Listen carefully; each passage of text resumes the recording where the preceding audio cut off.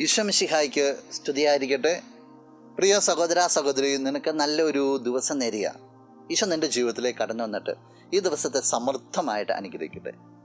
വിശുദ്ധ ലൂക്കാ അറിയിച്ച സുവിശേഷം 17-ാം അധ്യായം 10-ാം തിരുവചനം. ഇതുപോലെ തന്നെ നിങ്ങളും കൽപ്പിക്കപ്പെട്ടവയെല്ലാം ചെയ്തതിന് ശേഷം ഞങ്ങൾ പ്രയോജനമില്ലാത്ത ദാസന്മാരാണ്, കടമ നിർവഹിച്ചതേ ഉള്ളൂ എന്ന് പറയുവൻ. ഒരു ദാസനെക്കുറിച്ച് പറയുക. ദാസന് യജമാനൻ പല കാര്യങ്ങൾ കൊടുക്കുന്നുണ്ട്.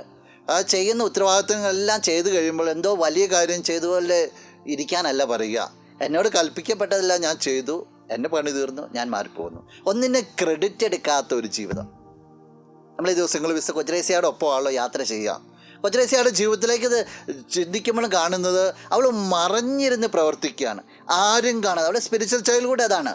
ആരും കാണാതെ, ആരും ശ്രദ്ധിക്കാതെ ഒളിഞ്ഞിരുന്ന് സ്നേഹിക്കുക, ഒളിഞ്ഞിരുന്ന് സേവനം ചെയ്യുക. ഇതേ ഒരു സ്പിരിറ്റ് തന്നെയാണ്. അവൾ പറയുന്നുണ്ടല്ലോ, തിരുസഭയുടെ ഹൃദയത്തിൽ ഞാൻ സ്നേഹമായിരിക്കും, ഞാൻ സ്നേഹമായിട്ട് മറഞ്ഞിരുന്ന്, എന്നെ ആരും കാണില്ല, പക്ഷേ ഞാൻ സ്നേഹം കൊണ്ട് ഈ സഭയെ നിറയ്ക്കും. ഇന്നൊരു ഈ തീഷ്ണത നിൻ്റെ ജീവിതത്തിലേക്ക് പറ്റുന്ന കാര്യം. ശരി, നിനക്ക് ഒത്തിരി കാര്യങ്ങളുണ്ടല്ലോ ചെയ്യാൻ. നിൻ്റെ ജീവിതവുമായി ബന്ധപ്പെട്ട് ഒരുപടി ആളുകളുണ്ടല്ലോ.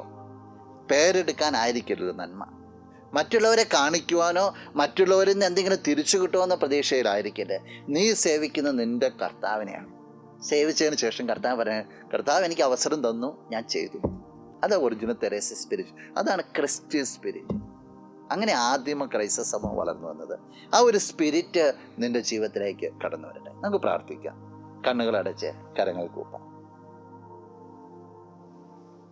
നല്ലവനായ കർത്താവേ, നിന്നെ അങ്ങ് സ്തുതിക്കുന്നു, ആരാധിക്കുന്നു, മഹത്വപ്പെടുത്തുന്നു. നിന്റെ നിറ സാന്നിധ്യത്തെ നന്ദിയോടുകൂടി ഓർക്കുകയാണ്. ഈശോ ഈ വ്യക്തിയെ അനുഗ്രഹിക്കണമെന്ന് പ്രാർത്ഥിക്കുന്നു.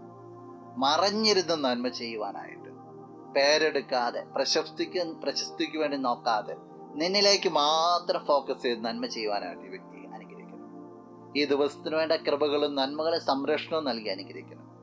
ഇപ്പോഴും എപ്പോഴും എന്നേക്കും. ആമേൻ.